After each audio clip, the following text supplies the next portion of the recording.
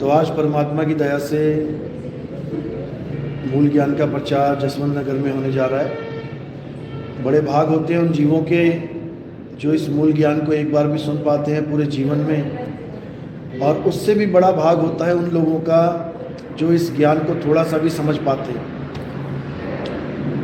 तो आज उसी ज्ञान को, उसी दिव्य ज्ञान को समझा जाएगा, सुना जाएगा, जिससे हमारे जीव का कल्याण होगा, हमारे रिश्तेदारों, हमारे भाई बहन, हमारे मित्रगणों का कल्याण होगा। क्योंकि ये ज्ञान ऐसा ज्ञान है जो सदियों से, युगों युगों से गुप्त रखा जाता है। ये गुप्त ज्ञान उजागर होने का एक समय होता है। ये दरवाजे बंद करो। इस ज्ञान को उजागर तब किया जाता है जब सही समय आता है, जब यथार्थ समय आता है, तब इस ज्ञान को उजागर किया जाता है। और ये ज्ञान उजागर तब होता है जब 12 पंथ यानी काल भगवान की पूरी साधना प्रचलित हो चुकी हो, यानी हर प्रकार का ज्ञान इस संसार में आ चुका हो। इसके बाद और कोई ज्ञान नहीं आएगा। ये आखिरी ज्ञान है इस संसार का। यानी आप देखते हैं, जब कोई, आप देखोगे जुआ खेलते हैं जो जुआरी होते हैं, सबसे आखिर में जो पत्ता गिराया जाता है, सबसे बड़ा पत्ता गिराया जाता है। उस पत्ते के बाद गेम खत्म हो जाता है, खेल खत्म, उसके ऊपर कोई पत्ता आता ही नहीं है।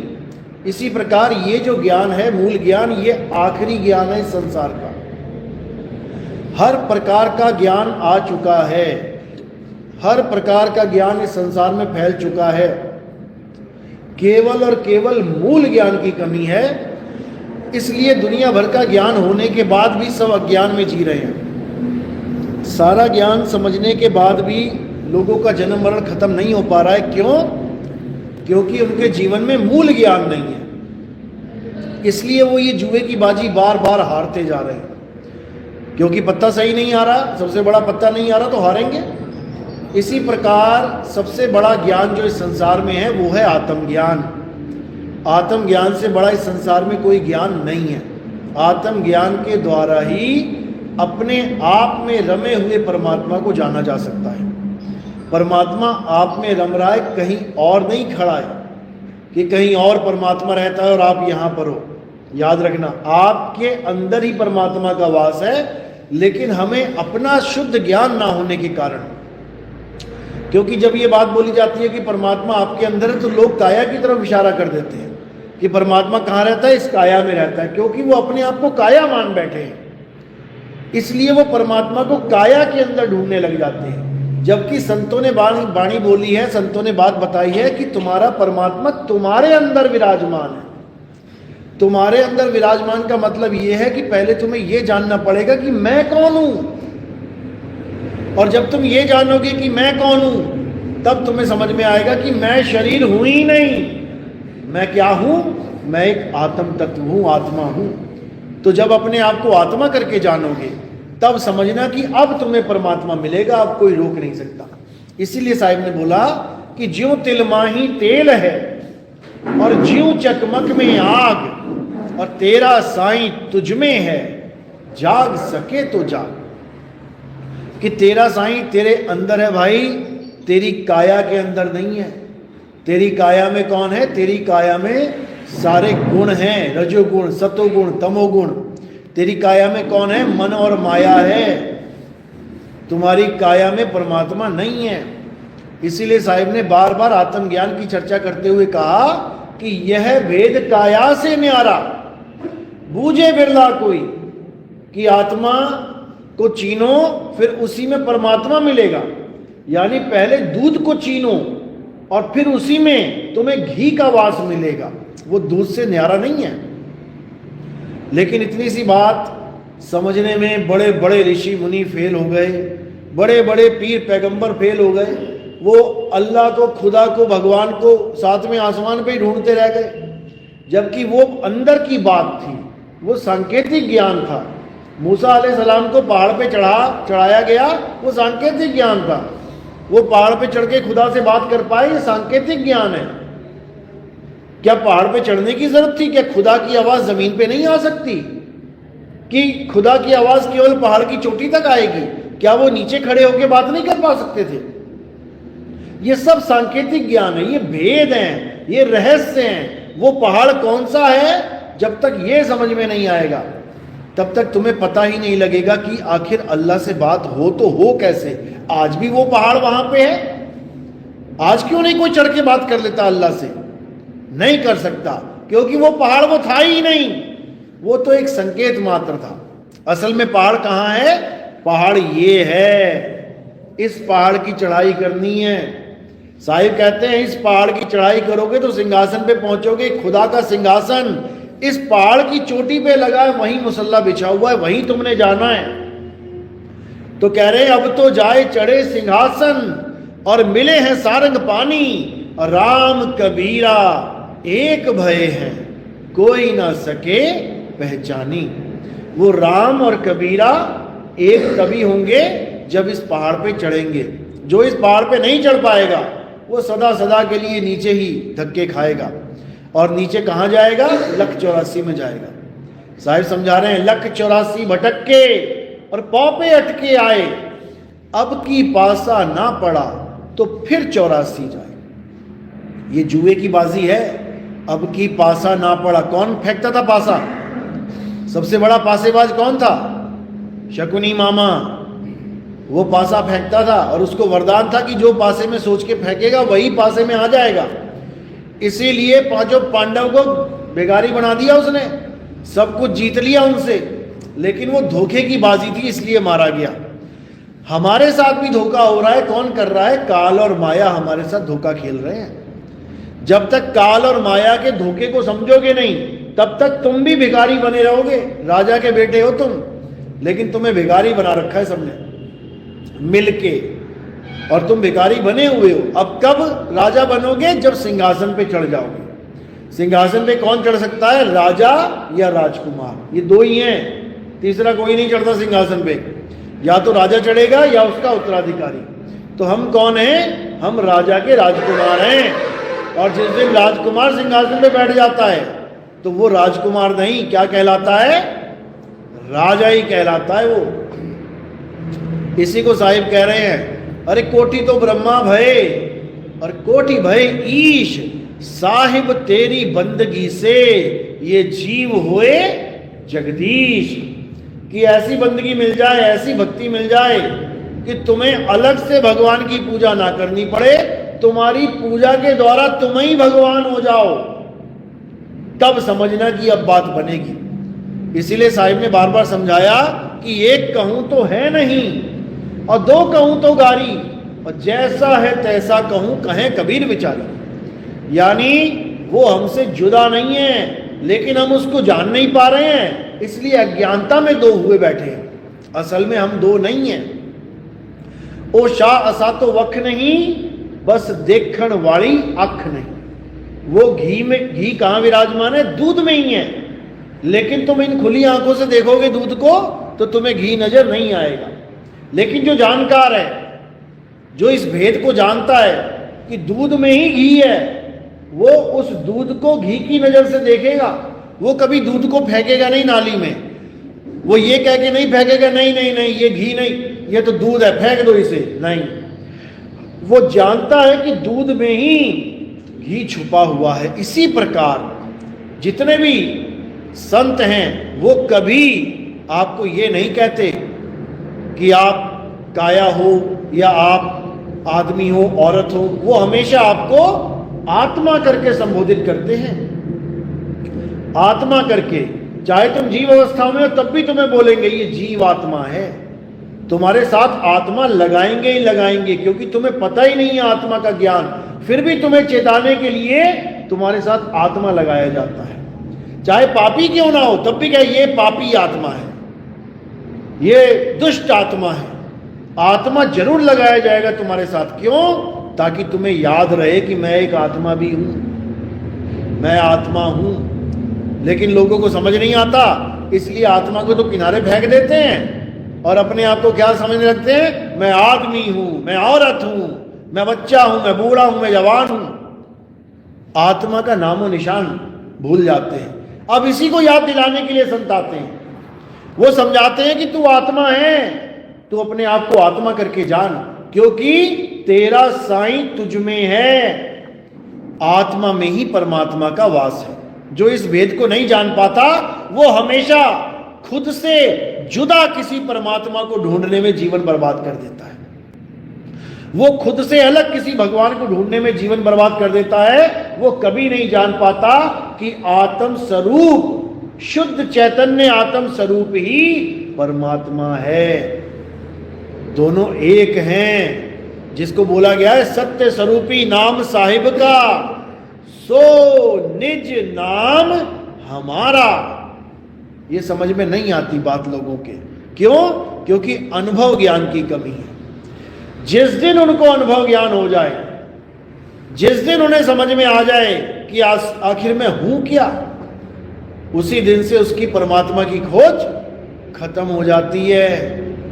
वो परमात्मा को खोजना बंद कर देता है, क्योंकि उसकी आत्मा में ही परमात्मा का मिलन हो जाता है, उसको प्राप्त हो जाता है। इसी को गुरु ग्रंथ साहब में बोला गया, आत्म में राम, राम में आत्म, चीनस गुरुमुख विचारे। जो गुरुमुख यानी गुरु के द्वारा बताए हुए विचार को चीन लेता है, उसको अपने जीवन में अमल में ले आता है, केवल सुनता नहीं उसको अनुभव भी कर लेता है, तब समझो कि उसका जन्म मरण का रोग खत्म हो जाता है। अब वो इसी जीवन में जन्म मरण का चक्कर तोड़ देता है। उसको अगले जन्म में जाने की जरूरत नहीं पड़ती, या उसको मरने के बाद वाली किसी मुक्ति की जरूरत नहीं पड़ती कि मैं मरूंगा तब मुक्त होऊंगा, मैं मरूंगा तो सतलोक जाऊंगा, मैं मरूंगा तो स्वर्ग में जाऊंगा। अरे मरने के बाद किसने बताया कि कहां चले गए? कोई बताने नहीं आया आज तक। और जिंदा आदमी जाके देख नहीं सकता कि मेरा पिता, मेरा दादा जो मरा है गया कहां है। जिंदा देख नहीं सकता, मुर्दा बता नहीं सकता, तो तुम्हें पता कैसे लगेगा मैं कहां हूं? या मेरा गुरु या मेरा कोई पुरोहित पंडित जो हमें मार्ग बता रहा है वो सही है या गलत है, कैसे पता लगेगा?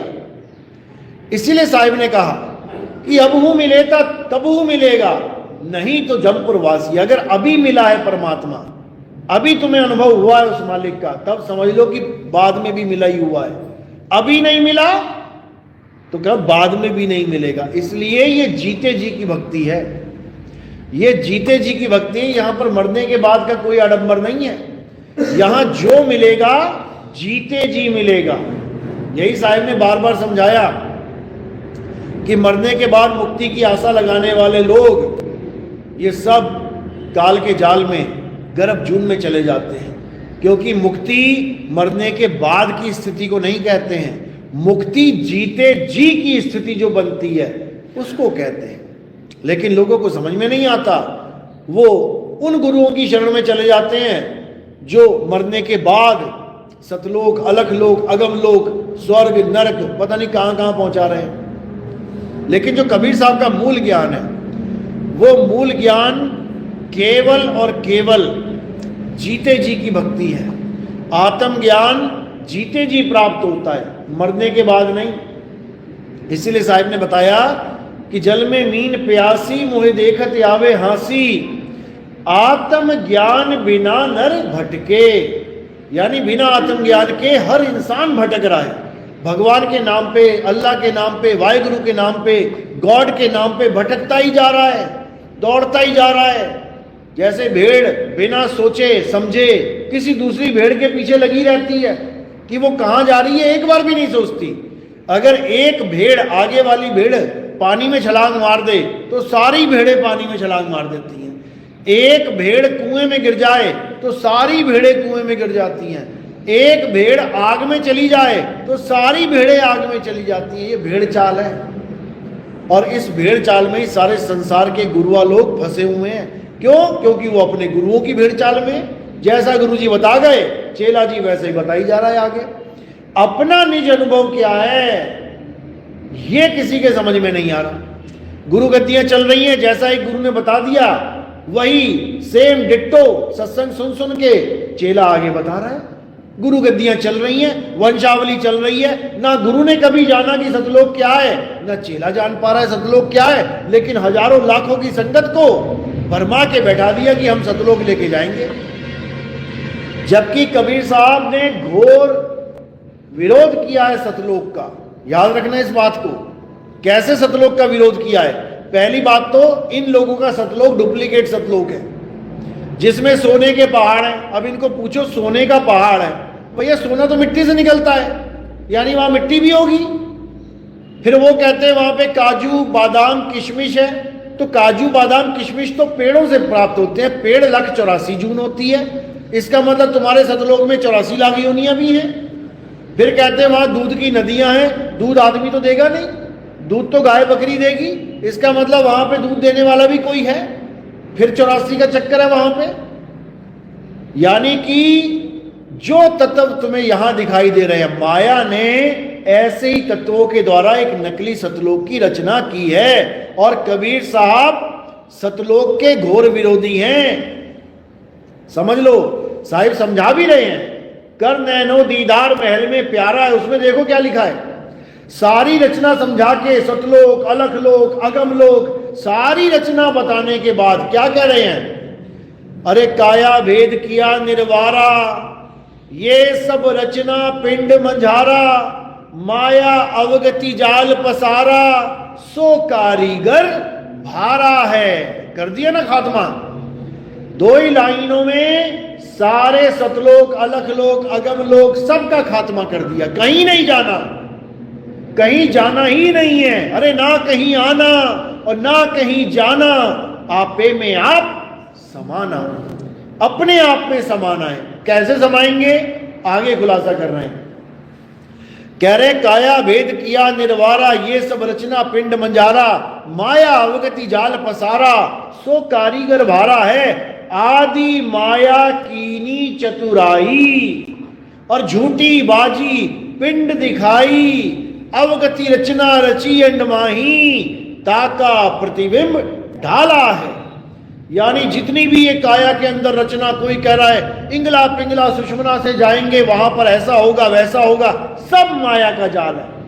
कोई कह रहा है नाभि से उठेंगे ऐसे चलेंगे वैसे, सब माया का जाल है। कोई कह रहा है श्वासों में ध्यान लगाएंगे, सोंग सोंग जपेंगे, श्वासों के द्वारा प्रकाश ही प्रकाश, सब माया का जाल है। A to Z माया का जाल है। तुम निकल ही नहीं सकते माया के जाल से। कैसे निकलोगे? एक ही फार्मूला है, केवल एक फार्मूला है। और वो फार्मूला क्या है? साहिब समझा रहे हैं, शब्द विहंगम चाल हमारी, और कहे कबीर सतगुरदई तारी, खुले कपाट शब्द झनकारी, और पिंड यंड के पार, सो देश हमारा है। इस 2 लाइनों में निबेड़ा कर दिया कि सबसे पहले तो समझ लो कि विहंगम चाल क्या होती है। जो गुरु तुम्हें काया से लेके जाए, पहले मूल चक्र जागृत करवा दिया, फिर स्वाद चक्र पे आ गए, नाभि चक्र पे आ, ये सब नकली चाल है, ये विहंगम चाल नहीं है। कोई कहे कि श्वासों पे चलेंगे, नकली चाल है, विहंगम चाल नहीं है। कोई कहे कान बंद करके अनहद नाद से चलेंगे, नकली चाल है, बिल्कुल गलत है। असली चाल क्या है? शब्द विहंगम चाल हमारी, पक्षी की चाल, जमीन से उड़ा सीधा डायरेक्ट आसमान में, no any stoppage, non stop जाएगा बिल्कुल। तो सतगुरु क्या करता है? सतगुरु तुम्हें विहंगम चाल देता है, और विहंगम चाल सीधे शब्द पे निशाना मारना है, सीधे शब्द पे। क्यों? क्योंकि जहां पे निशाना लगाओगे वहीं तुम्हारा वास हो जाएगा। जहां आशा वहां वासा। तो निशाना कहां लगेगा? निशाना कोई मारे संत सुजान। कोई बिरला ही निशाना मारेगा और सीधे निशाना शब्द में लगाएगा, और क्या होगा फिर जो सूरत का निशाना है सीधे शब्द में जाके शब्द में ही समा जाएगा। जाप मरे अजपा मरे अनहद भी मर जाए, सूरत समाए शब्द में, और वाको काल ना खाए। तो हमारा वास कहां हुआ? शब्द में। सूरत समाए शब्द में। तो शब्द क्या है? हमारा निज स्वरूप, हमारा निज स्वरूप ही शब्द है, अपने निज स्वरूप में ही समाना है। तो सतलोक कहां गया, ये अलग लोक कहां गया, ये अनामी लोक कहां चला गया? अभी भी समझ लो, कोई अलग लोक नहीं, कोई अनामी लोक नहीं, कोई सतलोक नहीं, हमारा निज स्वरूप ही शब्द लोक है, सत्य लोक है। साहिब समझा रहे हैं बोध सागर में, अरे लोक अलोक शब्द है भाई, और जिन जाना तिन संशय जाई। कि अगर तुम सतलोक जाना चाहते हो तो तुम्हें शब्द गुरु की शरण में जाना चाहिए। शब्द ही सतलोक है, शब्द ही अलख लोक है, शब्द ही अनामी लोक है। वो शब्द के पर्यायवाची नाम हैं, क्योंकि हमने शब्द में ही समाना है। जो गुरु शब्द देता है उसी में चेला समाता है। देखो साहिब क्या कह रहे हैं, रहना नहीं देश बेगाना है। अभी इस देश में रहते हम लोग बेगाना है। अरे ये धरती कागज की पुड़िया, बूंद पड़े घुल जाना है। ये संसार झाड़ और झाखड़, अरे उलझ पुलझ मर जाना है। कहे कबीर सुनो भाई साधो, सतगुरु नाम ठिकाना है। नाम कोई मंत्र नहीं है कि नाम कोई मंत्र है, गुरुजी ने नाम मंत्र दे दिया, मैं जप रहा हूं राधे राधे राधे राधे, राम राम राम राम, अल्लाह अल्लाह अल्लाह, वाहिगुरु वाहिगुरु वाहिगुरु। ये नहीं है नाम कि कोई कहे ओम कलियम हरियम शरियम ज्योत निरंजन ओंकार आरंकार सो सतपुरुष अकाल मूर्त शब्द स्वरूपी राम ओम तत्सत, ये वो, ये नहीं है नाम। कोई कहे सोंग सोंग ओम ओम, लगे हुए सारे नाम जपने में, ये नहीं है नाम। सतगुरु नाम ठिकाना है, यानी नाम वो वस्तु है जिसमें तुम्हारी सूरत रम जाएगी, समा जाएगी, तभी तुम्हारी मुक्ति होगी, तभी काल भगवान से तुम्हारा पीछा छूटेगा। नहीं तो ये काल किसी को छोड़ने वाला नहीं। अरे ब्रह्मा विष्णु महेश जी को नहीं छोड़ा इस काल ने, उनकी पत्नी को काल ग्रास किया, शंकर जी जीवित नहीं कर पाए। महामृत्युंजय मंत्र उनके पास है, तब भी जीवित नहीं कर पाए। विष्णु जी प्रकट हुए, विष्णु जी भी जीवित नहीं कर पाए। तो क्या किया, हार के 9 टुकड़े कर दिए माता के। क्यों किए? क्योंकि शंकर जी अपना काम ही भूल गए करना। माता को, सती माता को कंधे पे उठा के घूम रहे हैं और अपना जो संहार का कार्य है वही भूल गए, शोक में चले गए। तो विष्णु जी आए, बोले ये तो सृष्टि खत्म हो जाएगी ऐसे, ये शंकर जी तो अपना कार्य कर ही नहीं रहे हैं, और माता के 9 टुकड़े कर दिए। जीवित भी तो कर सकते थे लेकिन नहीं कर पाए। क्यों? क्योंकि जब तक इस सृष्टि का मालिक नहीं चाहता तब तक ना तो किसी की मृत्यु होती है ना ही कोई जीवित हो सकता है। गणेश जी को जीवित कर दिया, गर्दन कटी हुई थी फिर भी कर दिया, लेकिन अपनी धर्म पत्नी को नहीं कर पाए। इसके पीछे बहुत गहरा राज है, अभी समझ में नहीं आएगा। जब गहराई से जानोगे कि आखिर ये सृष्टि रचना हो कैसे रही है, आखिर कौन है जो कुल का मालिक है, ये काल कौन है, ये 3 गुण कौन है, ये माया कौन है, तब समझ में आएगा सारा खेल। तो साहिब समझा रहे हैं, अक्षर पुरुष एक पेड़ है और निरंजन वाकी डार, ये 3 लोक शाखा भय, 3 देव शाखा भय और पाथ रूप संसार। इसी बीजक के दोहे में पूरी सृष्टि रचना है, लेकिन कोई इसको समझ नहीं पा रहा। जो बीजक पढ़ रहे हैं, जो बीजक के ग्रंथ वाचन कर रहे हैं, वो भी इस दोहे को नहीं समझ पा रहे हैं। और उन्होंने क्या कर दिया, उन्होंने उस कुल मालिक सार शब्द को ही किनारे कर दिया। आज बीजक पढ़ने वाले पारक सिद्धांत के जितने महात्मा आपको मिलेंगे, वो सब क्या बोलेंगे कि सार शब्द नाम की कोई चीज नहीं होती, जबकि बीजक सार शब्द की महिमा गा रहा है। पूरा बीजक अलग रख दो और केवल एक लाइन अलग रख दो। अगर उस एक लाइन को तुमने समझ लिया तो पूरे बीजक को पढ़ने की जरूरत ही नहीं रहेगी, क्योंकि बीजक का सार है वो। क्या सार है? सार शब्द गही बाची हो, मानो ऐतबारा हो, अक्षर पुरुषिक पेड़ निरंजन वाकी डारा हो। बचने का इंतजाम बताया जा रहा है। कोई भी ग्रंथ हम क्यों पढ़ते हैं? ताकि हम भवसागर से पार हो जाएं। कोई गीता पढ़ रहा है क्यों? ताकि हम भवसागर से पार हो जाएं। कोई कुरान पढ़ रहा है क्यों? ताकि हम भवसागर से पार हो जाएं। कोई वेद पढ़ रहा है क्यों? क्योंकि हम भवसागर से पार हो जाएं। कोई गुरु ग्रंथ साहब पढ़ रहा है क्यों? ताकि हम जन्म मरण से मुक्त होके भवसागर से पार हो जाएं। कोई बाइबल पढ़ रहा है तो क्यों? क्योंकि वो इस संसार सागर से मुक्त होकर अपने मालिक की शरण में चला जाए। इसीलिए तो पढ़ा जा रहा है। लेकिन जो असली बात है, जिससे तुम इस भवसागर से निकलोगे, काल जाल से बचोगे, हम उसी लाइनों को अगर डिनाई कर दें, फेंक दें, हम समझे ही ना, तो हमारा कल्याण होने वाला नहीं है। तो बीजक ग्रंथ हमें बिल्कुल सटीक वाणी से समझा रहा है कि अगर बचना है तो सार शब्द को जान लो।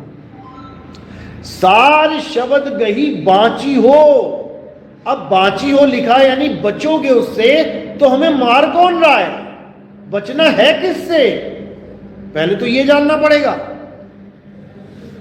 और अगर कोई मार रहा है तो बचेंगे कैसे? सार शब्द से। तो ये सार शब्द क्या चीज है? जैसे बाहर गोलियां चल रही हैं, अब तुमने जाना भी है सड़क पार करके, कैसे जाओगे? तुम बुलेट प्रूफ कार में बैठ के जा सकते हो, बुलेट प्रूफ जैकेट पहन के जा सकते हो, सारे कपड़े पहन के जा सकते हो। गोलियां चल भी रही हैं तब भी तुम्हें नहीं लगेंगी। अब कोई कहे कि बुलेट प्रूफ कार कुछ नहीं होती, बुलेट प्रूफ जैकेट कुछ नहीं होती, तो उससे बड़ा मूर्ख इस संसार में कोई नहीं है।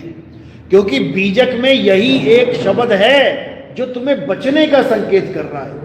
और बचना कैसे है, उस वस्तु का भी ज्ञान दे रहा है। लेकिन इन नादानों को ऐसा कोई गुरु ही नहीं मिला जो सार शब्द का भेद समझा दे। समझ लो, सार शब्द क्या है? जिसे कोई गोली नहीं लग सकती। सार शब्द क्या है? जिसे अग्नि जला नहीं सकती। सार शब्द क्या है? जिसे वायु सुखा नहीं सकती। सार शब्द क्या है? जिसे जल भिगो नहीं सकता। सार शब्द क्या है? जिसका कभी नाश हो नहीं सकता। और वो सार शब्द क्या है? वो तुम्हारा शुद्ध स्वरूप है, जिसको सतनाम कहते हैं, सच्चा नाम। तुम्हारा स्वरूप ही सतनाम है। अरे सत्य नाम कोई नाम नहीं, ये जपने वाला नाम नहीं है, ये है आपन रूप। और जो जाने इस भेद को पावे आप स्वरूप। जो सतनाम को जान लेता है वो अपने स्वरूप को प्राप्त कर लेता है। और उसका स्वरूप क्या है? सार शब्द ही उसका स्वरूप है। समझ लो अच्छे से, सार शब्द ही उसका स्वरूप है। उसी सार शब्द को सतनाम कहते हैं। पढ़ो कबीर सागर, पहली लाइन क्या लिखी है? अरे सत्य नाम है सार, बूझो संत विवेक करी, और उतरो भवजल पार। सतगुरु का उपदेश यही। जो बीजक में लिखा है सार शब्द गही बाची हो, वही कबीर सागर में लिखा है उतरो भवजल पार। किससे? सत्य नाम है सार। आज कबीर मूल गादी पे चले जाओ तुम। कबीर मूल गादी जो कबीर साहब का वो स्थान है जहां पर कबीर साहब ने पूरा जीवन बिताया, उस मूल गादी पे जो महात्मा लोग बैठे हुए हैं, आप उनसे जाके पूछोगे कि क्या कबीर साहब सतनाम का प्रचार करते थे? वो एकदम झटक के बोल देंगे आपको कि सतनाम कोई नाम ही नहीं है, झूठ है ये सब। कबीर साहब तो राम नाम का प्रचार करते थे। उन्होंने जो कबीर मंदिर बना रखे हैं वहां पर सतनाम नहीं लिखा हुआ है, वहां पर राम राम राम राम चारों तरफ प्लेट लगा रखी है राम नाम की। राम राम का प्रचार चल रहा है वहां पे। और राम नाम क्या है? अरे 52 अक्षरी नाम है, ये इंसानों के द्वारा बनाया गया नाम है। ये का खा गा आ ई ये ना होता तो राम का रा कहां से आता, मां का मां कहां से आता? नहीं समझ में आ रहा है। बिल्कुल घोर विरोधी हुए पड़े सतनाम के। कहते सतनाम कोई नाम ही नहीं है। ये सब कबीर साहब के साथ झूठ जोड़ दिया गया। अरे बाबा नानक बोलते थे सतनाम वाहेगुरु, सतनाम वाहेगुरु। आज भी गुरुद्वारों पे सतनाम वाहेगुरु लिखा है, तो इसका मतलब वो भी झूठे हो गए क्या? अरे जो भी संत आज तक आया है उसने सतनाम की ही महिमा गाई है। आप घासीदास देखो छत्तीसगढ़ में, वहां पर प्रचार ही जय सतनाम का चलता है, और सतनाम को वो कोई मंत्र नहीं बोलते, क्या कहते हैं? सतनाम पिताजी। सतनाम को पिता कहते हैं कि सतनाम हमारे पिताजी हैं। पिता कौन है? परम पिता परमात्मा, वो सार शब्द रूपी परमात्मा हम सब जीवों का पिता है। अब ये जीव उस सार शब्द से जुदा हो गया है, इसलिए धक्के खा रहा है अमर। इस जीव को कोई मार नहीं सकता। ईश्वर अंश जीव अविनाशी, लेकिन अविनाशी होके इसको पत्थरों की पूजा में लगा दिया, अविनाशी को नदियों में छलांगे मारने में लगा दिया कि तुम्हारे पाप कर्म खत्म हो जाएंगे, अविनाशी को मंत्र जपने में लगा दिया, राधे राधे, राम राम, अल्लाह अल्लाह, वाहेगुरु, कबीर कबीर, सतनाम सतनाम। अविनाशी को 52 अक्षरों में उलझा दिया। लेकिन कोई गुरु ऐसा नहीं मिला जो उस अविनाशी को उसका सत्य स्वरूप बता दे, उसका सत्य स्वरूप लखा दे, और ये सब माया का जाल छुड़वा दे, ये 52 अक्षरों का जाल छुड़वा दे। इसीलिए साहिब ने बोला, मदन साहिब की वाणी है जो आज बहुत से लोग नानक साहब की वाणी बोल के अपने ग्रंथों में छाप देते हैं। ये मदन साहिब की वाणी है, सोई गुरु पूरा कहावे, जो 2 अक्षर का भेद बतावे, एक छुड़ावे एक लखावे, तब प्राणी निज घर को जावे। यानी सच्चा गुरु, पूरा गुरु, कामिल मुर्शद, ये कौन है? जो 2 अक्षर का भेद बतावे। वो 2 अक्षर कौन से हैं? एक इंसानों के द्वारा बनाए गए अक्षर हैं, हिंदी के, पंजाबी के, उर्दू के, फारसी के, जर्मन, इटालियन, फ्रेंच, कंबोडियन, पता नहीं कितने देश और कितनी भाषाएं हैं। और एक अक्षर कौन सा है? वो आदि अक्षर, जिसको हम सार शब्द कहते हैं, जो किसी इंसान के द्वारा बनाया हुआ शब्द नहीं है। उस आदि अक्षर का लखाव करा दे। वाणी में समझा रहे हैं कि 52 अक्षर जीव आधारा। इंसान ने जो शब्द बनाए हैं, अक्षर बनाए हैं, वो जीव के आधार से चलते हैं। तुम्हारी कोई जीव काट दे, तुम्हारे जीवन से सारे अक्षर लपू चक्कर हो जाएंगे, सब खत्म। गूंगे की भाषा देख लो कैसी होती है, अब वही भाषा चलेगी। तो कह रहे 52 अक्षर जीव आधारा, आदि अक्षर जीभ्या से न्यारा। जो आदि अक्षर है, जीभ्या से न्यारा है, वही सार शब्द है। तो सच्चा गुरु क्या करता है? सोई गुरु पूरा कहावे, 2 अक्षर का भेद बतावे, एक छुड़ावे। ये 52 अक्षरों को छुड़वा देगा। एक लखावे, उस आदि अक्षर, उस आत्म स्वरूप, उस सत्य तत्व का लखाव करा देगा, उस निअक्षर निज नाम का लखाव कराएगा। तब प्राणी निज घर को जावे, तब प्राणी अपने निज घर यानी अपने सत्य स्वरूप में समा जाएगा। कैसे समाएगा? जैसे कुरुम यानी कछुआ अपने आप में समा जाता है, वो ना कहीं आता है ना कहीं जाता है। एक कछुआ जा रहा है आराम से, एकदम उसके सामने कुत्ता आ जाए, भौंकने लगे, काटने लगे, तो क्या करेगा? वो कहीं नहीं जाएगा, कहीं नहीं भागेगा।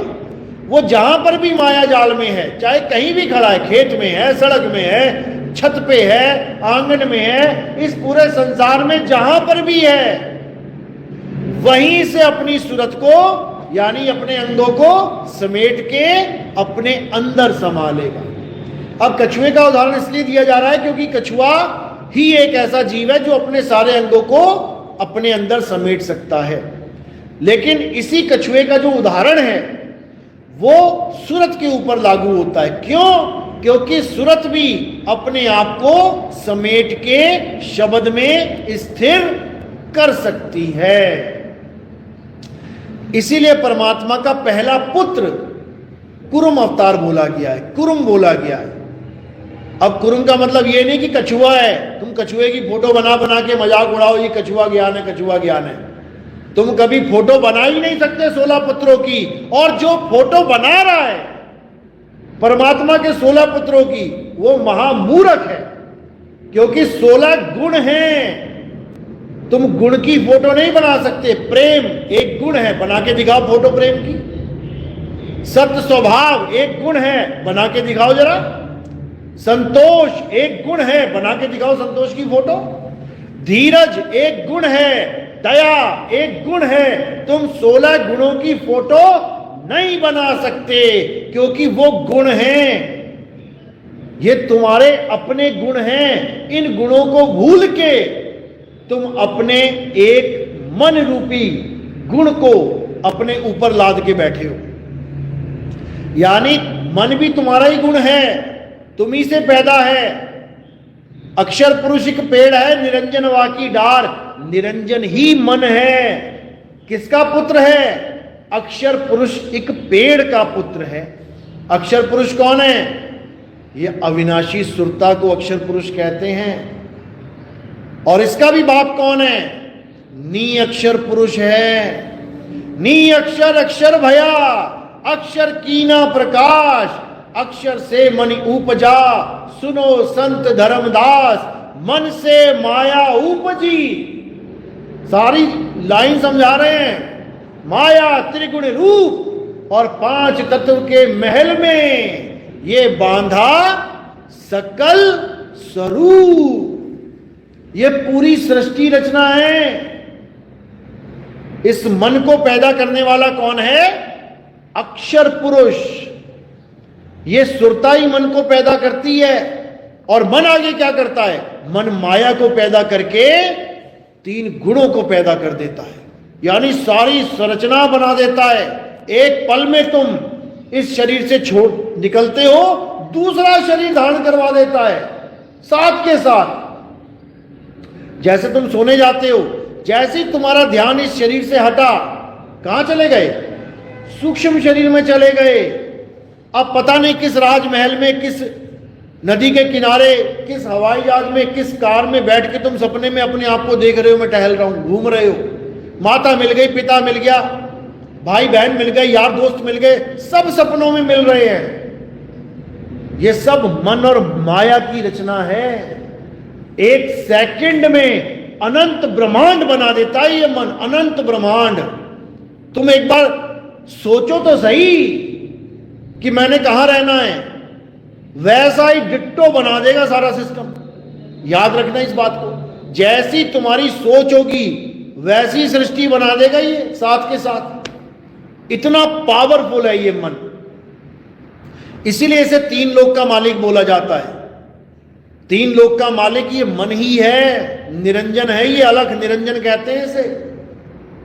बाकी तो इसकी खेती है। ये जितने बच्चे बूढ़े तुम्हें दिख रहे हैं, ये खेती हैं। जैसे गाजर मूली बो रखी है जमीन में, जिसने बोई है आता है, कभी भी उखाड़ के खा जाता है।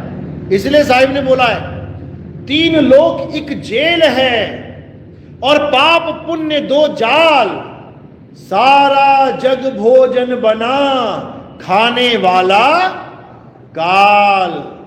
ये काल भगवान है जो किसी को नहीं बख्शता। कौन बख्शा जाएगा?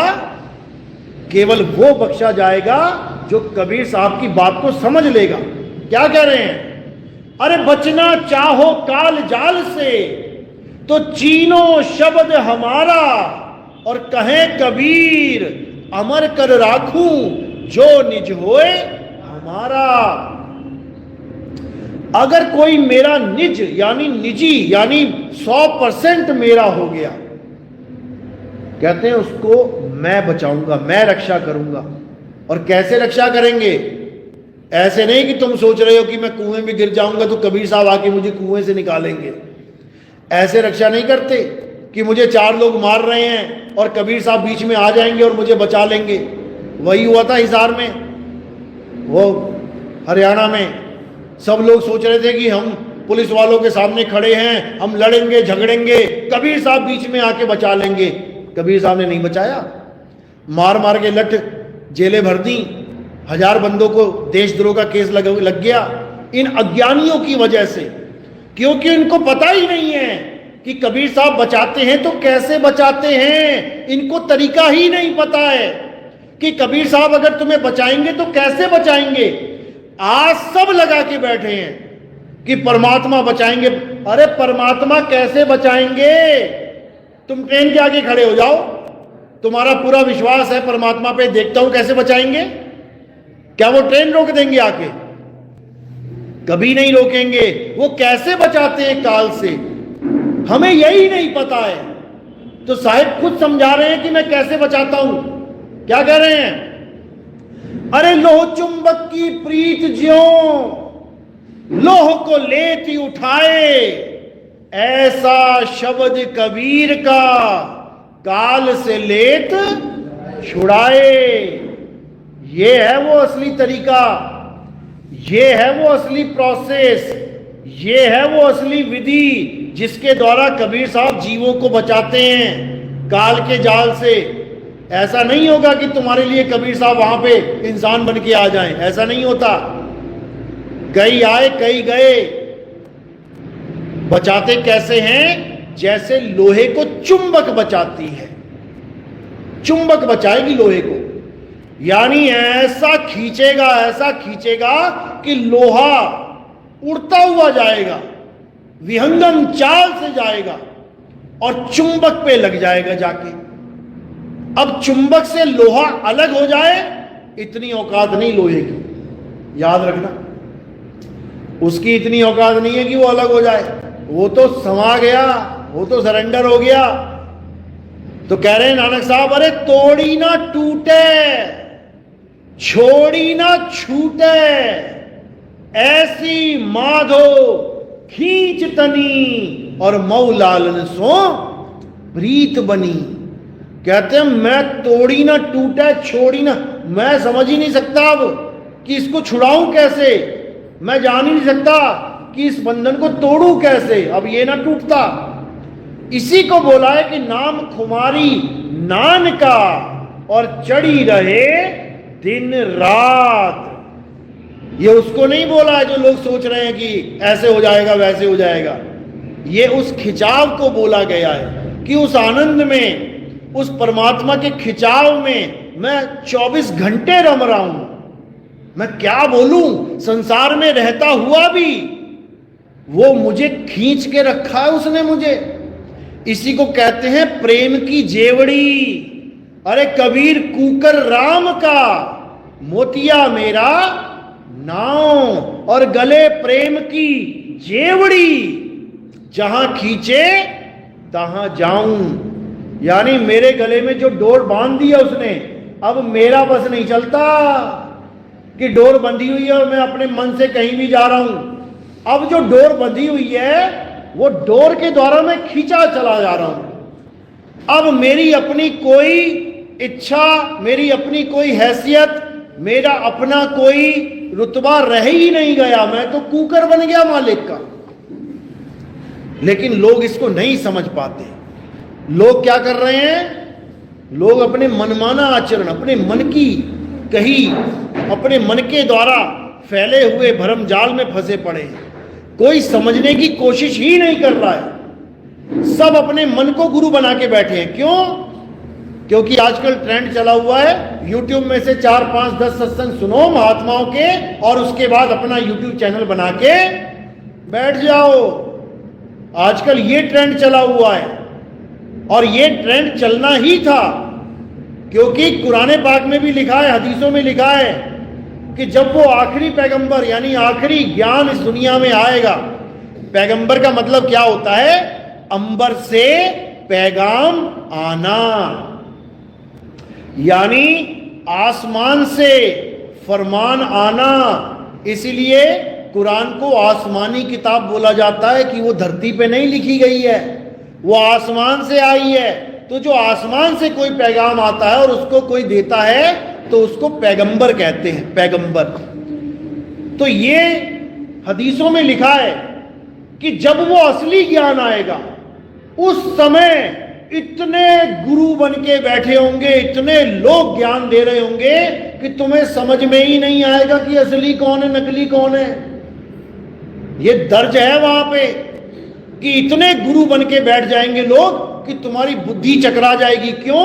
क्योंकि यही दज्जाल का खेल है, ये काल भगवान का खेल है कि सत्य के सामने असत्य रूपी पौंड्रक हजारों खड़े कर देगा।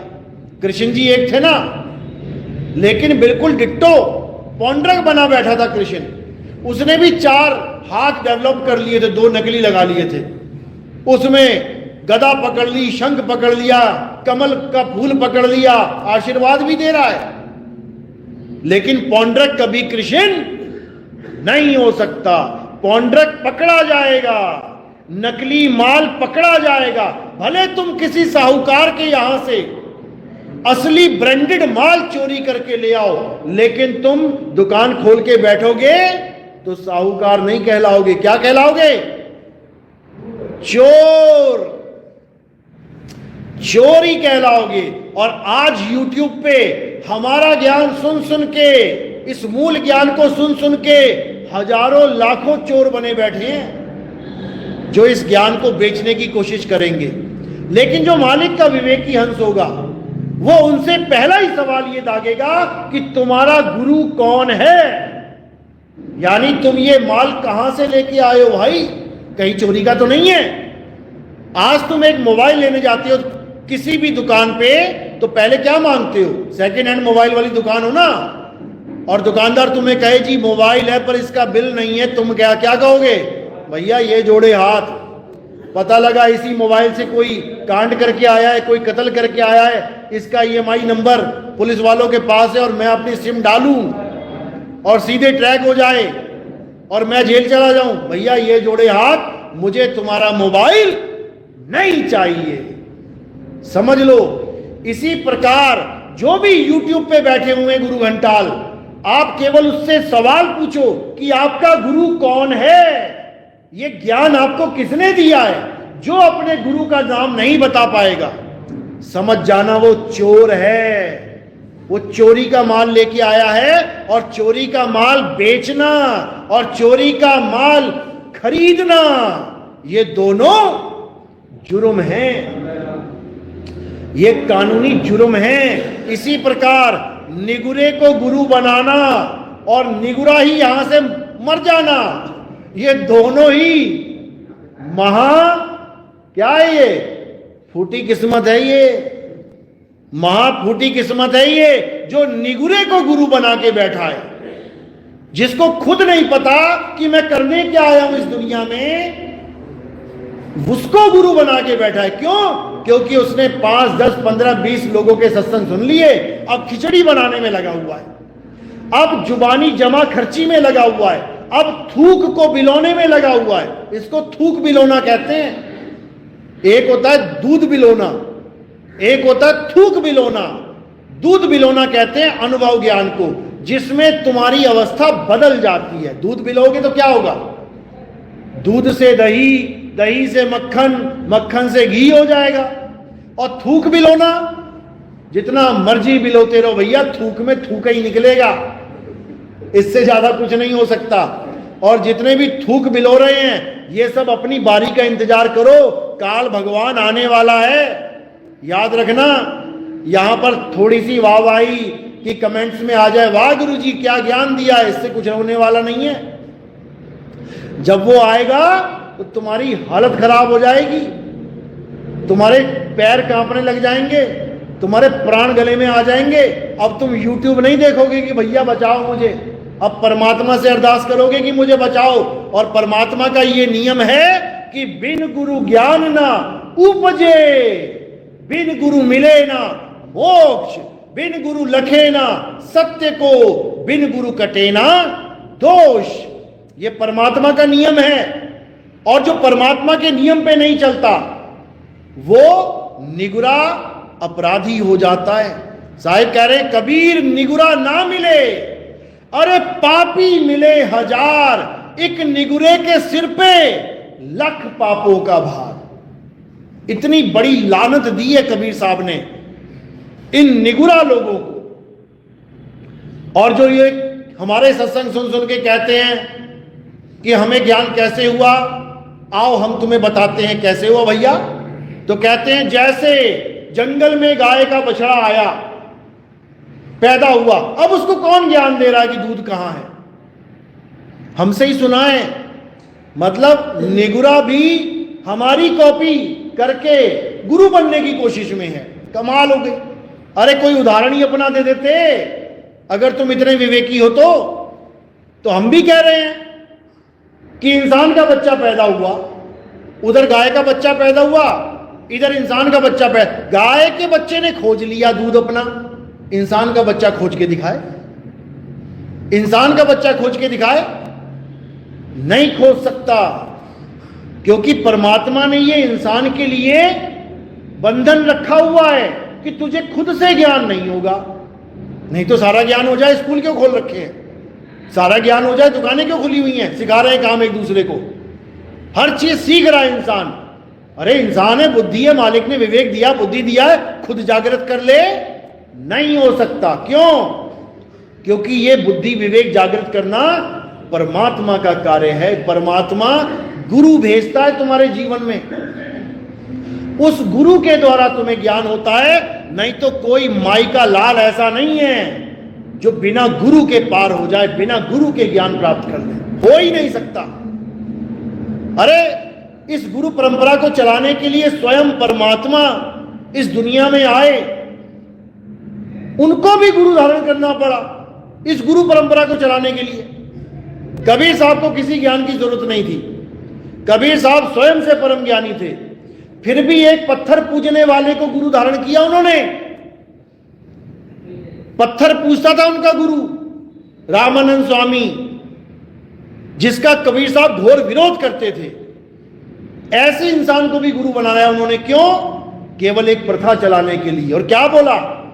अरे जग मर्यादा कारणे गुरु किया रामानंद, शब्द हमारा गुरु है सदा हमारे संग। मुझे किसी रामानंद की जरूरत नहीं है, क्योंकि मैं स्वयं शब्द हूं। मैं अपना ही ज्ञान समझाने के लिए आया हूं तुम्हें। क्या कह रहे वाणी में? अरे हम हैं शब्द, शब्द हम माही, हमसे भिन्न और कछु नाही। जो स्वयं शब्द है उसको किसी गुरु की क्या जरूरत है? लेकिन फिर भी वो गुरु धारण करके बैठे हुए हैं। ये गुरु की महिमा है। अब इसका मतलब ये नहीं कि तुम सारे गुरुओं पे फिट कर दो। वो समझ लो, समझ लो इस बात को। गोरखनाथ का भी गुरु था। गोरखनाथ का गुरु गुड़ रह गया और गोरखनाथ शक्कर हो गया। समझ लो। भीष्म पितामह, द्रोणाचार्य, ये गुरु थे पांडवों के भी, लेकिन जब धर्म युद्ध हुआ तो ये आमने सामने आ गए। समझ लो। यानी ज्ञान तो गुरु से ही मिलेगा, लेकिन जहां धर्म अधर्म की बात आ जाए वहां पर सारे रिश्ते खत्म कर देने चाहिए।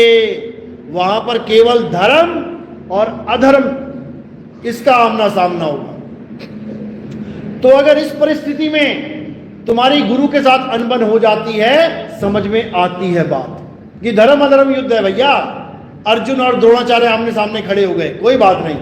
लेकिन तुम कहो कि नहीं, मैं तो गुरु को पछाड़ दूंगा, मैं गुरु को ऐसा कर दूंगा, मैं गुरु को जहर दे दूंगा। जहर दे के गुरु गद्दियां प्राप्त करके बैठे हैं लोग।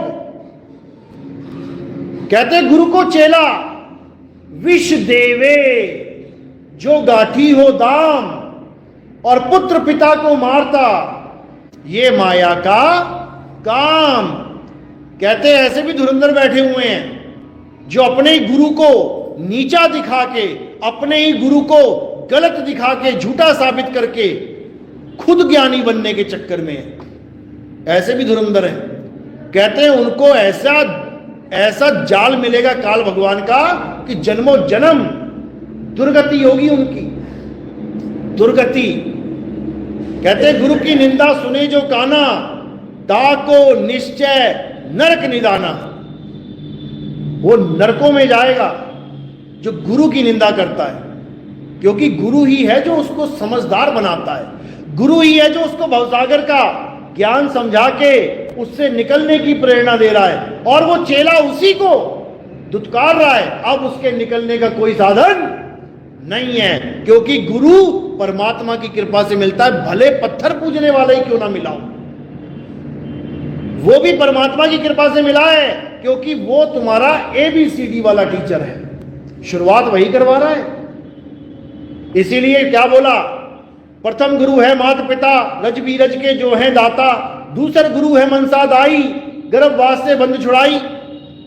मनसा दाई को भी गुरु बता दिया, माता पिता को भी गुरु बता दिया। तीसरा गुरु कौन है, जो तुम्हें तुम्हारा नाम धरता है। चौथा गुरु कौन है, जो तुम्हें राम राम, सीता सीता, हनुमान हनुमान, शंकर शंकर करवाता है।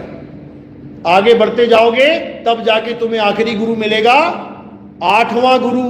सात गुरु तो सब जानते हैं, आठवां गुरु कौन है, आठवां गुरु स्वयं सार शब्द है। वो आठवां गुरु ही तुम्हें बेड़ा पार करेगा तुम्हारा। लेकिन लोग नहीं समझ पाते, लोग सोचते हैं कि ये तो एक जन्म है, किसने देखा अगला जन्म। वो देख लो, सड़क पे मिल जाएंगे तुम्हें अगले जन्म तुम्हारे, कुत्ता बिल्ली हाथी घोड़ा पड़ा होगा कहीं सड़क पे मरा हुआ, चिथड़े उड़े मिले होंगे, तुम्हारा अगला जन्म वही है, अगर तुम माता पिता और गुरु की निंदा करते हो तो इसीलिए कबीर साहब ने गुरु की महिमा इतनी गाई है, लेकिन लोगों ने क्या किया, गुरु को ही दुत्कार दिया। बिल्कुल गलत है।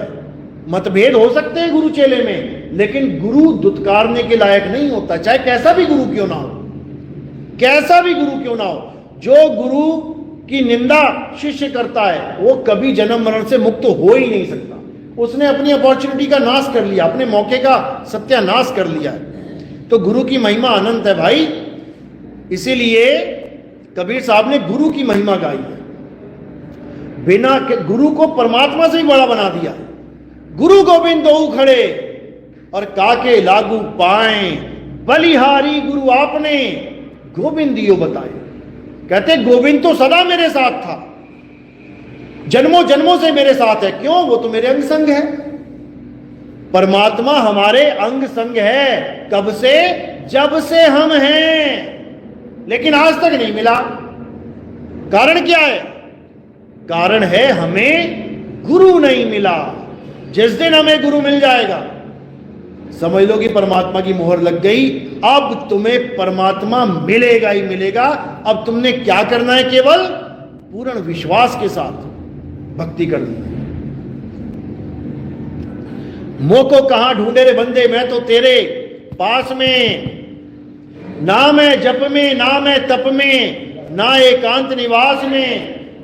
मोको कहां ढूंढे रे बंदे, मैं तो तेरे पास में, बिल्कुल पास है मालिक।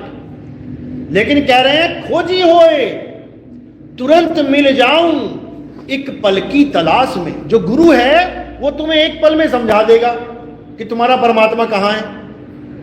वो कह रहे ना, वस्तु कहीं ढूंढे कहीं कैसे लागे हाथ, अरे गुप्त वस्तु तब मिले भेदी लीजिए साथ। अब भेदी लीना साथ में दीनी वस्तु लखाए, अरे कोटि जन्म का पंथ था पल में पहुंचा जाए। यानी एक पल में समझ में आ जाएगा कि मेरा मालिक कहां है। तो कह रहे हैं खोजी होए तुरंत मिल जाऊं एक पल की तलाश में। और कहें कबीर सुनो भाई साधो, मैं तो हूं विश्वास में। अब समझा रहे हैं कि मैं कहां हूं, विश्वास में हूं।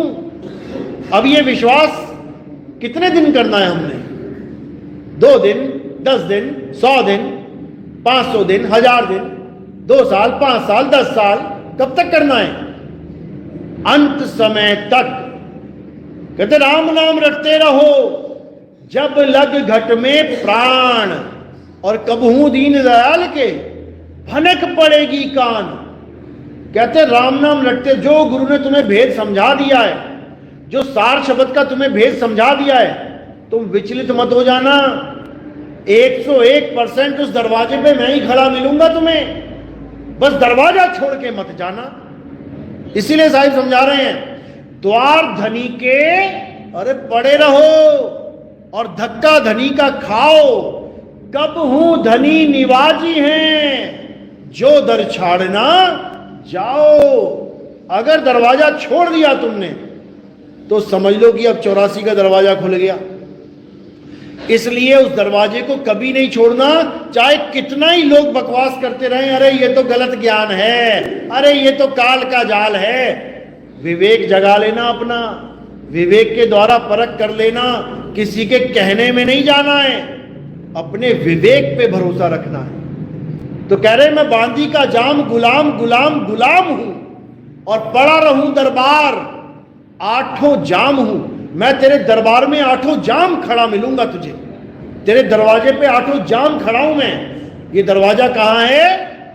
ये दरवाजा वही है जहां मैंने बता रखा है, वही है वो दरवाजा, याद रखना। खुले कपाट शब्द झनकारी, जैसे कपाट खुलेगा शब्द गुरु वहीं मिलेगा और उसी में समा जाना है, इसके अलावा सब अज्ञान है। तो साहिब कह रहे हैं पूरे विश्वास के साथ जो लोग खड़े मिलेंगे। एक भिखारी आया, खूब चिल्लाया, अल्लाह के नाम पे दे दे बाबा, भगवान के नाम पे। आधा घंटा हो गया चिल्लाते हुए, तुमने बार बार उसको रिजेक्ट मारा कि छोड़, बोलने दे, कितनी देर बोलेगा। आधा घंटा हो गया, 1 घंटा हो गया, 2 घंटे हो गए, 5 घंटे हो गए।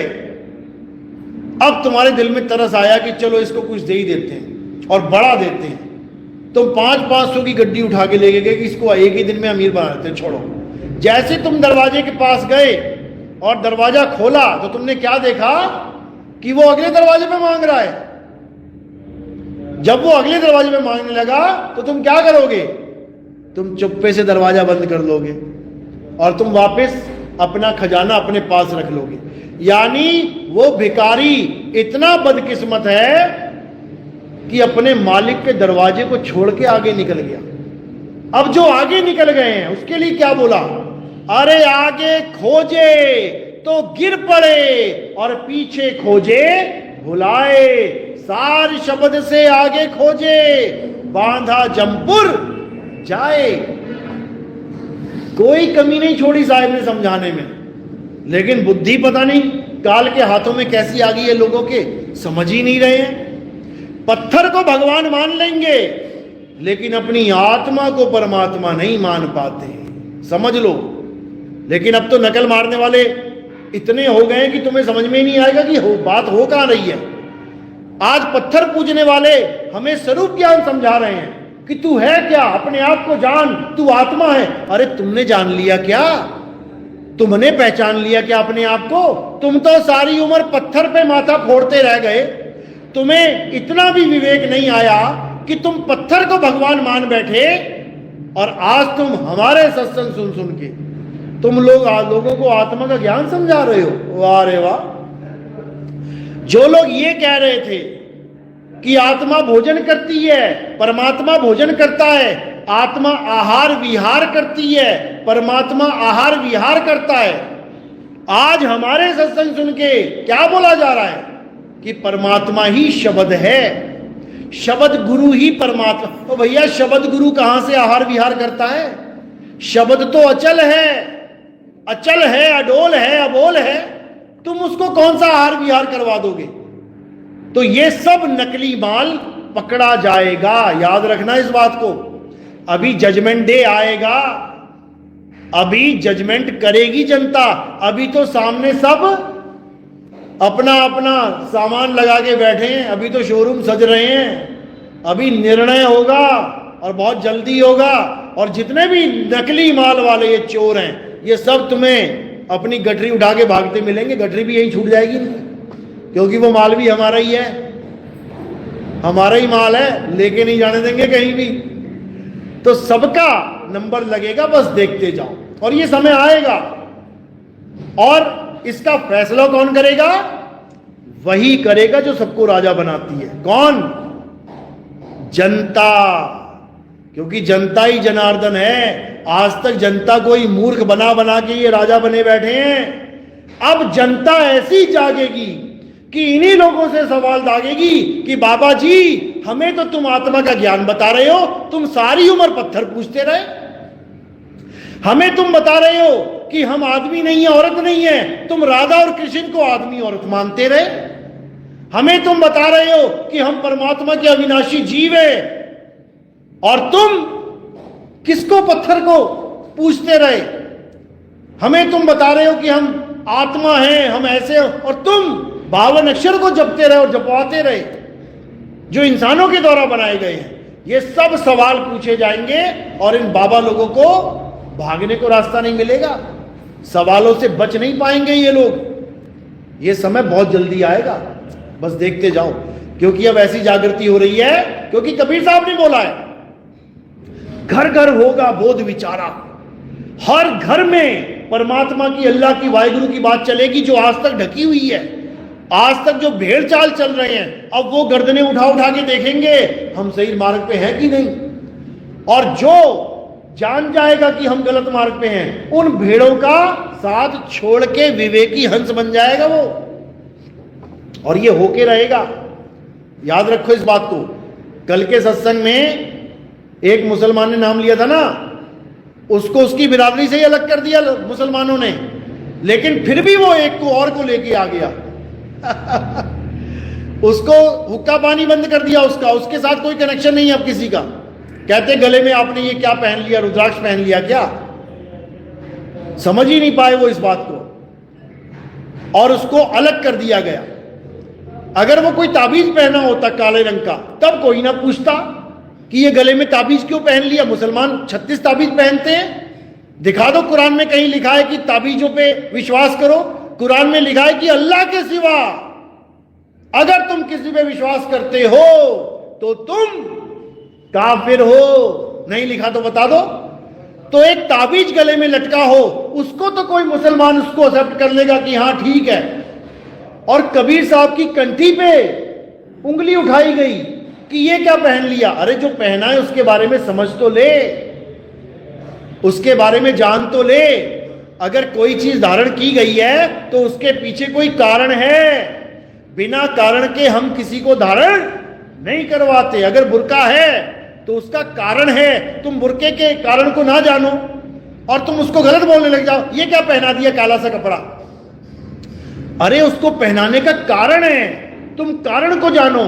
और जिस दिन तुम्हें कारण समझ में आ जाएगा, हिंदू धर्म भी बुर्के को अपना लेगा। याद रखना इस बात को।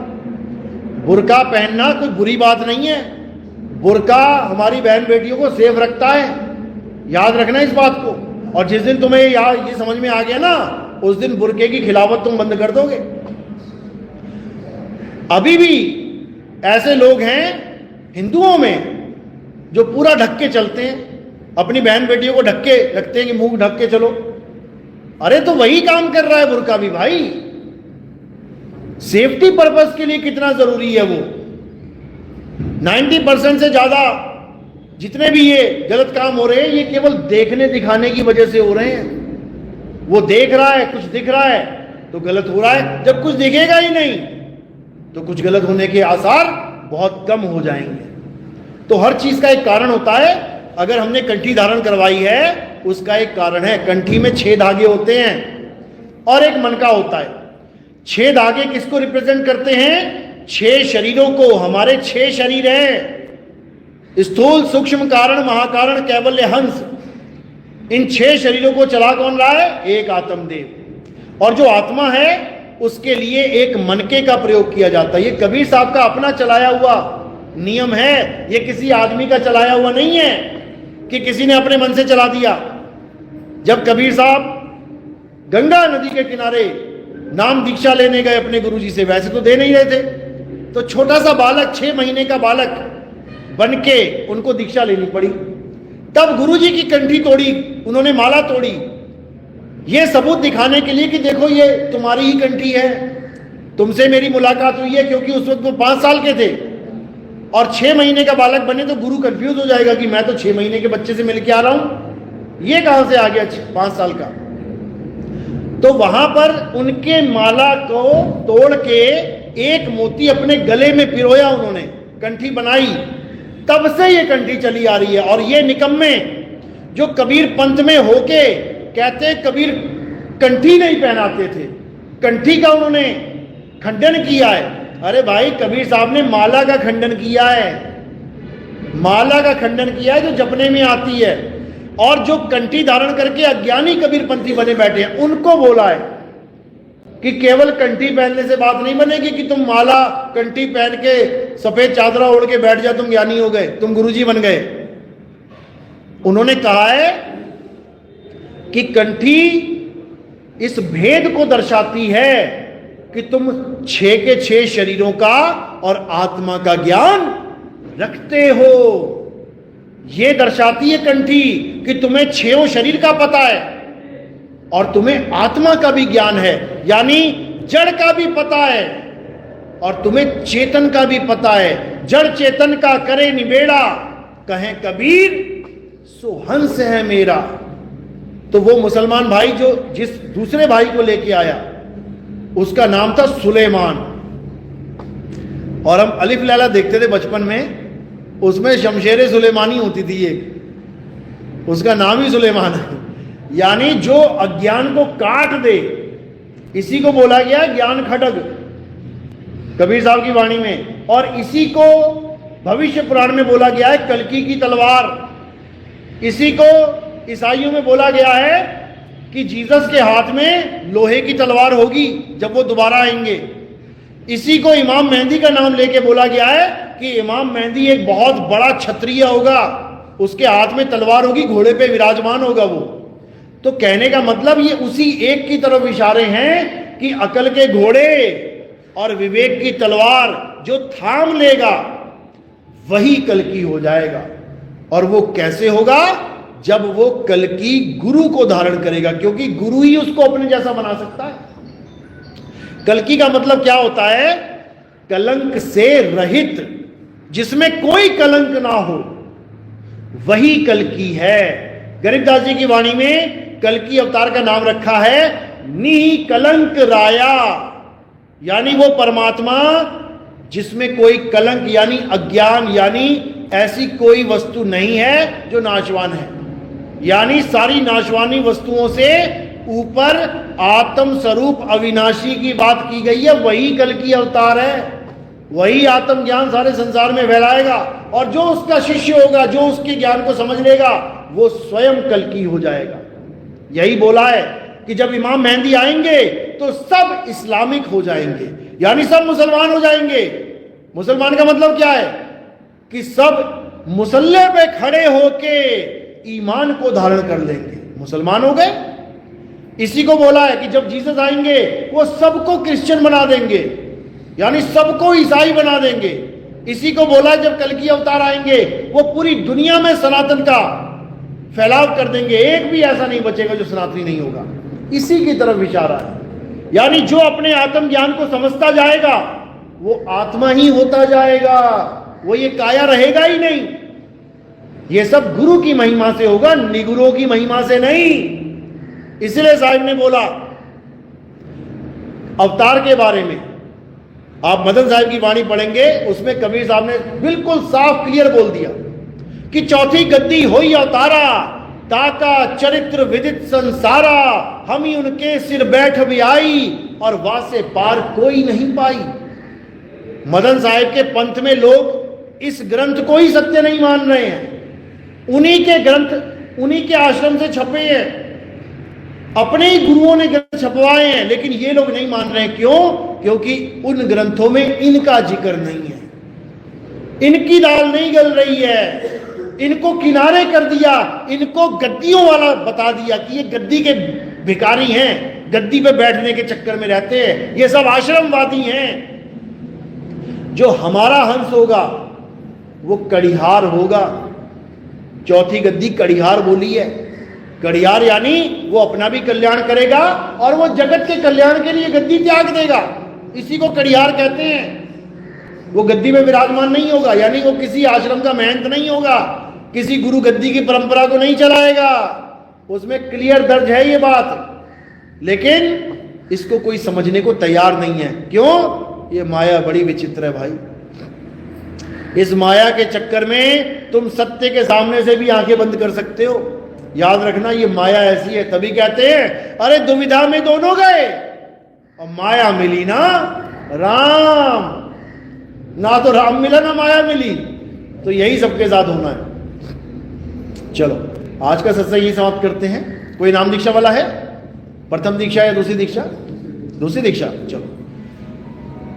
तो आज का सत्संग यही समाप्त करते हैं। आरती का समय है, आरती करने के बाद नाम दीक्षा होगी, फिर भोजन भंडारा होगा। बोलिए परमपिता परमात्मा की, सदगुरु बंदी छोड़ कबीर साहेब की, सभी संतों की, सभी भक्तों की, आज के आनंद की, सकल अंश को बंदगी साहेब बंदगी। सतनाम।